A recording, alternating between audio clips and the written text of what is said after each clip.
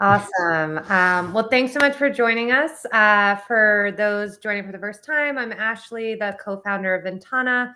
Been working in the 3D graphics CAD space for about 15 years. And at VNTANA, we help make it easy to manage and distribute 3D files with all types of industries. So today I asked my good friend, Lord Walker, to join me to talk about how his company is using 3D. So welcome. Oh, thank you so much for having me. I'm flattered and it's a pleasure, and I'm looking forward to sharing as much information as I can. I actually used your tool on Monday, so I'm looking forward to where the questions go, and I give you a nice little ad hoc story of how it worked and a really great application. Awesome. Cool. And so just for background, so you're tell us about like your current role in Kanawha, which is now part of American Equipment. Oh, Um, absolutely. So I'm the senior manager for loading systems. So that specifically works around putting any type of dirt into rail cars or trucks predominantly or other containers. We've been in this space and manufactured this equipment since 1978. And most recently, we are now a part of we're underneath the American Equipment Holdings or umbrella. And we're now one of the largest lifting and rigging and weighing companies in the United States with coverage all over. So yeah, that's a general gist of what we do at Kanawha Scales and American Equipment. yeah, it's awesome. And we randomly ran into each other at the World of Asphalt, which was just so insane. And it was so good to catch up. And now I'll see you next week at Mine Expo, which I'm super excited about. But yeah, so since 1978, I mean, so much has changed, right? So you guys transitioned to 3D design and CAD really in the past, I guess, 10 years, you'd say, or Really, right now we're actually going through some challenges of getting this structural work from kind of a STAD model to transition to 2D drawings and then back into like a 3D Tekla file for that manufacturing. For our own internal 3D design, we've been working with the Inventor suite. So we were doing Autodesk Inventor, and then most recently our company's transitioned to doing SolidWorks, and I forget who the overarching owner of that group is. But yeah, I mean, 3D is the future. Like you can look at old drawings from the past in 2D, and they're obviously worth 1,000 words. But being able to visually show someone in 3 dimensions what they're going to get provides like another level of sophistication on the sales side, and also allows you to show the client more nuance to what you're providing, right? So, like for example, you manufacture a large valve, right? It's just something that lets material go in and out. In a 2D drawing, you kind of just see it in space, like here's a rectangular piece and here's a square, right? And you don't really see the nuance of how, like for us, a value add we have is externally removable parts.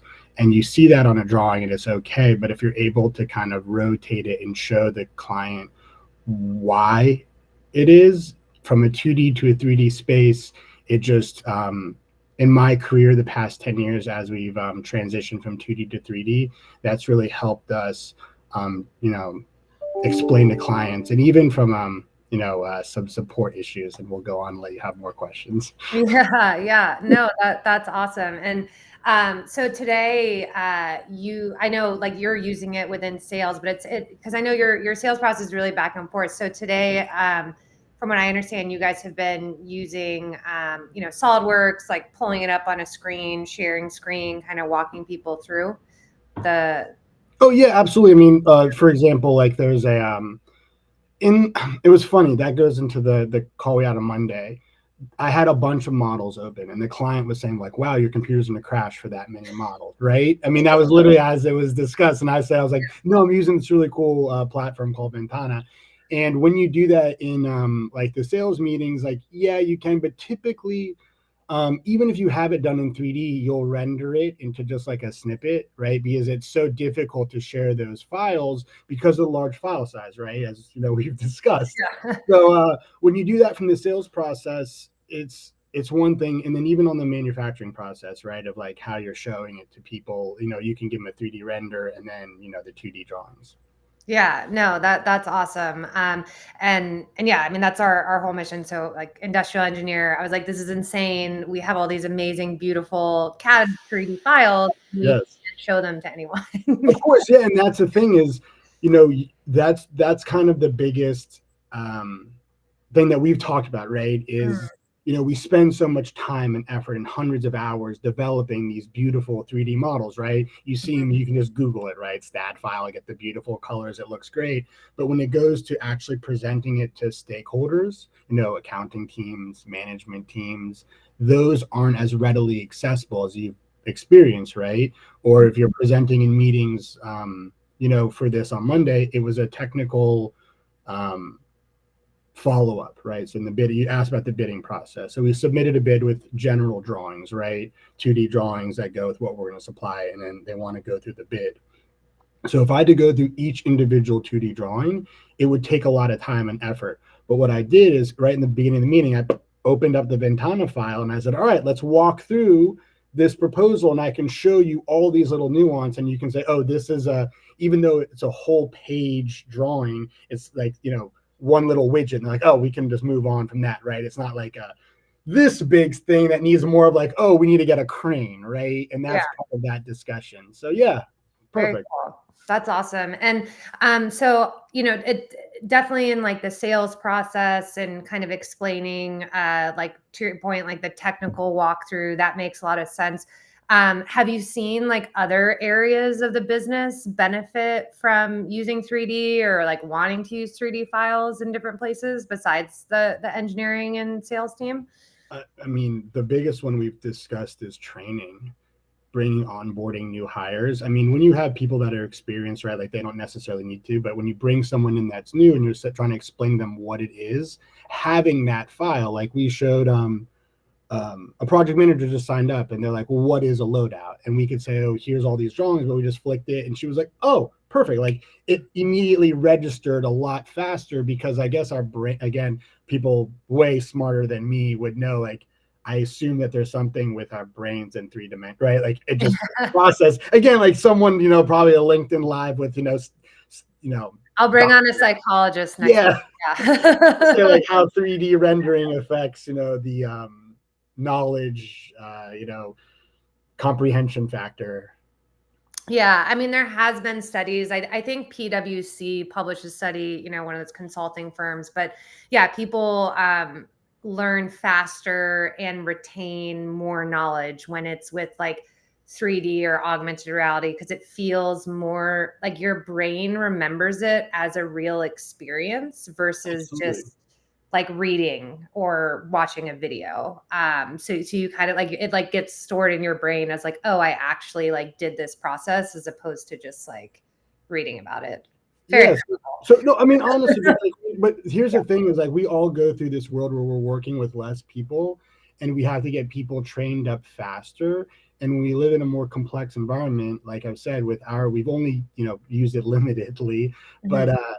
obviously my first instinct was training and just bringing people in and explaining it. Besides the sales is saying this is what you're going to be working on, this is that. One of our other systems engineers, we were discussing this. If you have like a hydraulic power unit, for example, there's a bunch of valves that are on top of some of allow the systems to work.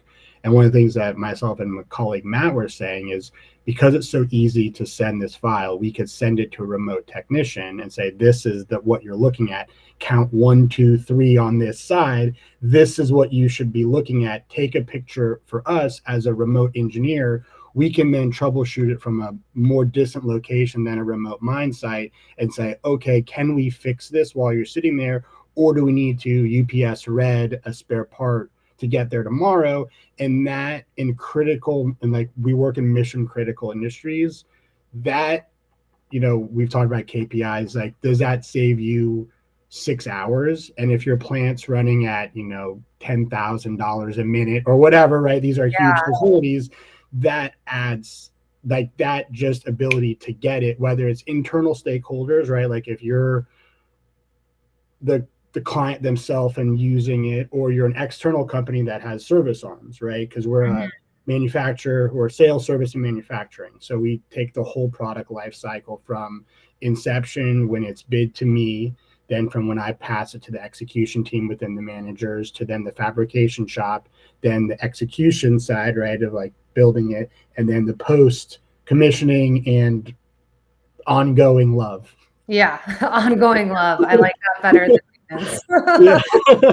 maintenance. No, that's great, and that's, often that operation maintenance is also another, like, critical breakdown sometimes of, like, you're out in the field, you probably do not have a beefy computer with you because 'cause you're, like, on, equipment. Mountain Tide. Yeah. Yeah, and you've got your phone, so you need to be able to pull something up on your phone that's gonna give you, enough understanding of, like, what you're looking for and products. So that's where, like, some optimized, lightweight, like, web-based 3D makes sense. Um, but I know, there have been some challenges I'd love to hear your thoughts on, IP comes up a lot. Like the 3D CAD, they're the intellectual property of your company. Some people get worried about like sharing or using like how have you seen that come up? I feel that this product in a lot of ways, like I've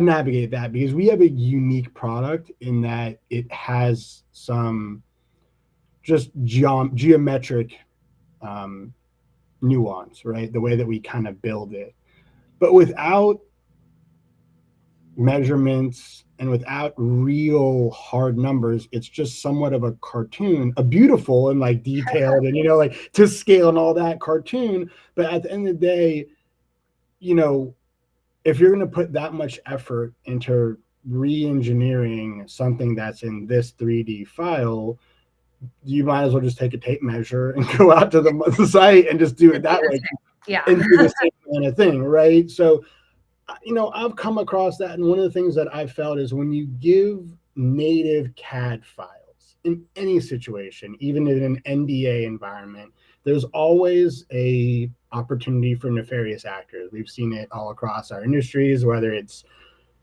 high tech stuff or low tech stuff, right? It just happens that Mhm. people come in, and you have to prevent it. But I think that using a like a viewer type of thing like this that kind of adds a limitation of how much, like, and I think there are maybe ways you can dumb down the CAD files, but the way that it's worked with you all of just seamlessly taking our native detailed files, making it this way, I'm truly more comfortable sharing your files in many instances than I am sharing, like, sometimes I'll get it with a drafts person, say, just delete these, delete these, delete these, put it on the 2D, and we all do that, right? Anyone you talk to in our industry has that, change this, fudge this number, make it. But with yours, I'm pretty confident. I'm like, look, share it if you want to, Yeah. right? Yeah. We automatically are deleting stuff and that like remove obstructed geometry. So it's like just the shell. Uh, Yeah, so in the sense, yeah, it'd be the same as if you go out to the job site and are taking pictures and measuring with tape measure. Like yeah. it's I mean, it's the same, like, until you get down, like, certain situations, like, I have like measurements in my brain, right? Like beam sizes and things like that you just don't want in there, and you don't have to worry about it. But in other situations, you can kind of determine what those beam sizes are. yeah, yeah. So it kind of depends. That's awesome. But yeah, it sounds like you guys have gotten a lot of value out of 3D. What are some of the challenges you've seen in, scaling up 3D in your organization? Wow. um, Legacy challenges, I'd say, are the biggest one. It's Mhm. like, because we've been doing this, so our company started, gosh, I'd probably get yelled at, 1956, I want to say, is when Kanawha was first started, and we got the loadouts in 78. So we've had drawings for this many years, and it's funny, we already had one technology challenge. So one of the highest, I think, a .tiff file, I think, is like a really beautiful photo. So we scanned a lot of our paper drawings in .tiff. Well, as Mm, .tiffs become older and not as stable, TIFFs can cause computers to crash.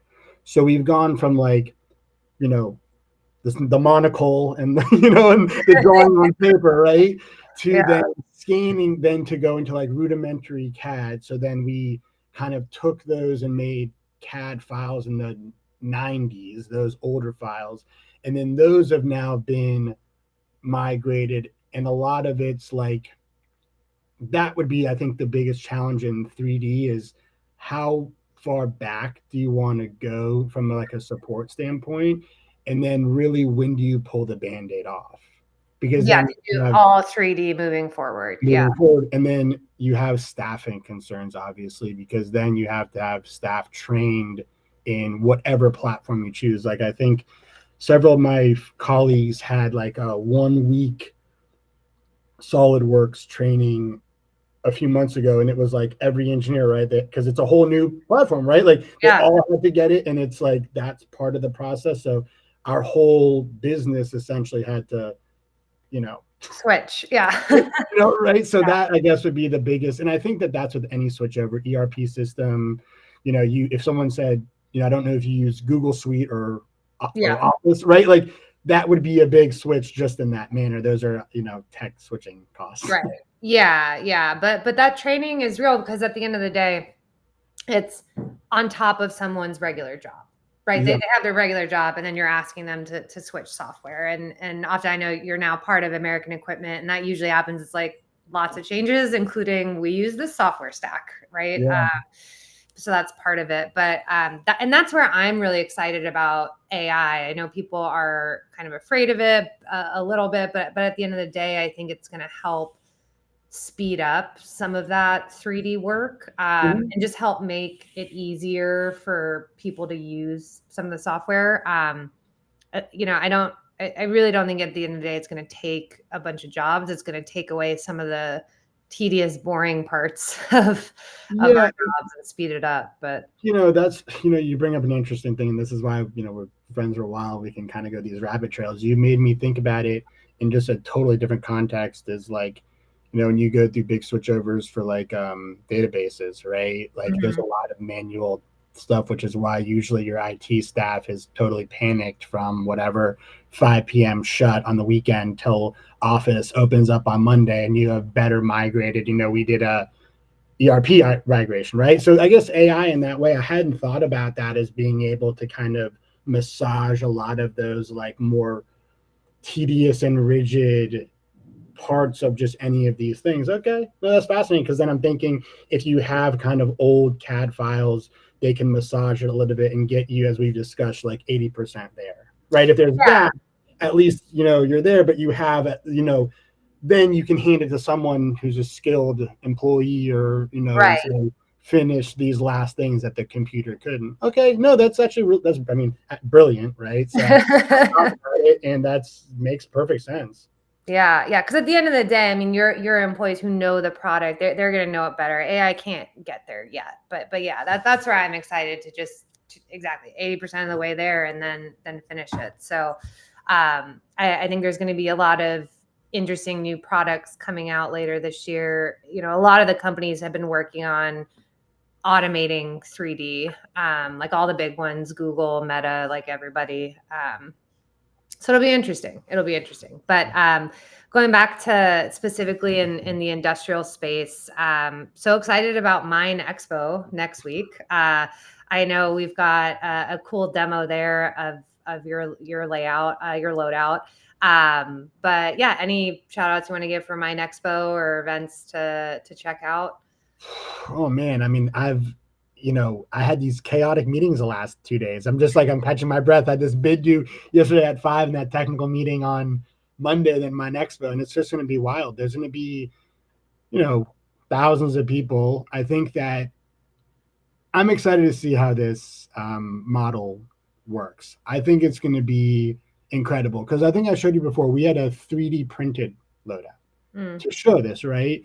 And that was a physical thing that got a lot of people to the booth. I think that once we have people scanning the QR code and having the model and walking it through on the screen and showing, I think that it's going to have an insane amount of traction because of just that it's cool. It's honestly just like it looks cool. Even if someone is like a little kid, there's been many times, and we've talked about this, that I've shown mm. my loadout or this product to just randoms that have no just random people at the bar, right? Just like, look at this cool gadget I got, and to every single one of them, they think that that's cool because maybe there's like, you think about kids, right? there's like something in our back to our primal sense that just enjoys playing with bulldozers and end loaders and excavators and loading systems, right?